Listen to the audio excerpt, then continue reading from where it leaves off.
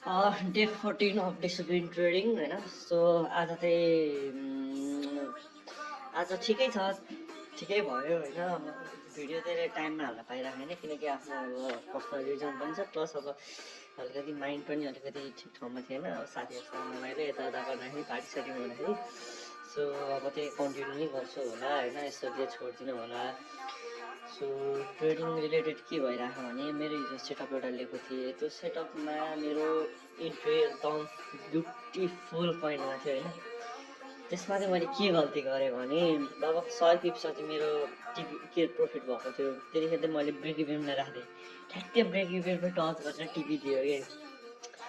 So break इभेनमा ठ्याक्कै brake even भन्दा अलिक सपोर्ट लेभलको ठाउँमा राखिदिएको भए अलिक हुन्थ्यो होइन। सो त्यो गल्ती भयो। अनि ब्रेक इभेन खाने बित्तिकै मलाई एनालाइसिसमा मार्केट माथि जान्छ जस्तो लाग्यो। अनि हल्का तल म्यानिपुलेट गरेर हल्का तलको लिक्विडिटी ल्याएको थियो, तल लिएर माथि गएर अब लिएपछि मैले ओपनिङमा 15 मिनटको ओपनिङमा इन्ट्री राखेर बाई सेटअप लिन्छु भनेर लिएँ। लास्टमा त्यो ब्रेकआउट त्यो एसएल खायो होइन। त्यसले पनि के सिकिन्छ भने आफ्नो एउटा बाइस फिक्स छ भने जस्तो कि त्यसमै ट्रेड लिने हो। अनि ब्रेक इभेन भयो भने जे भयो भने त्यो छोडिदिनु पऱ्यो होइन।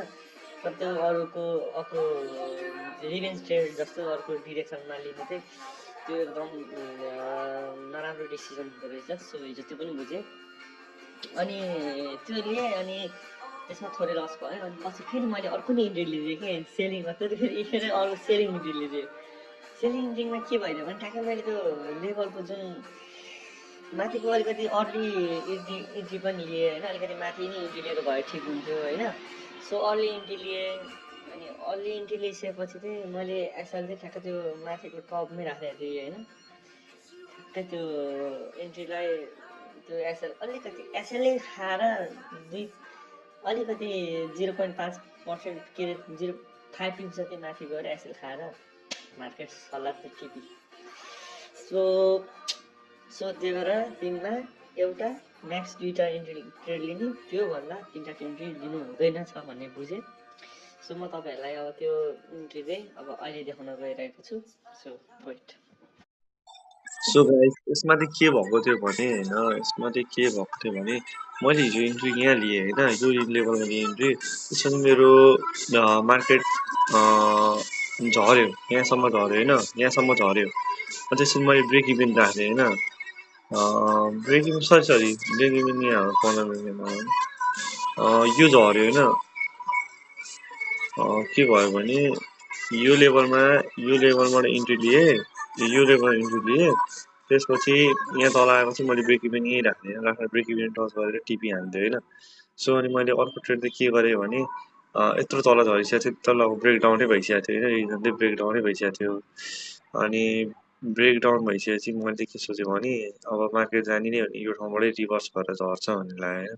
सो मैले चाहिँ के गरेँ भने लङ एसएल राखेँ कि मैले माथिसम्म राखेँ, लास्टमा एसएल टिपी एसएल आइडी हानेर टिपीमा आयो कि मैले। यसमा चाहिँ 1:2 थियो, यसमा चाहिँ 1:4 थियो होइन। सो त्यही भयो नि, बाई इन्ट्री चाहिँ मैले यतितिर ल्याएको थिएँ, त्यो गल्ती भयो होइन। सो ओभरअल मार्केट हिजो लस नै भयो होइन। देखाइदिन्छु होइन, किन लुकाएर केही नि हुने होइन।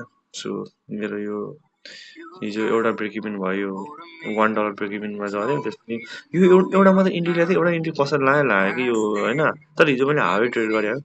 सो अब अर्को थियो अनि त्यही लङवाला एसएल थियो, त्यो दिने भयो। तर मेरो यो ओभरअल विक त त्यस्तो लस त छैन। अनि अगाडिको दिनहरूमा राम्रै गएको थियो। सो यस्तै छ नि अवस्था यता।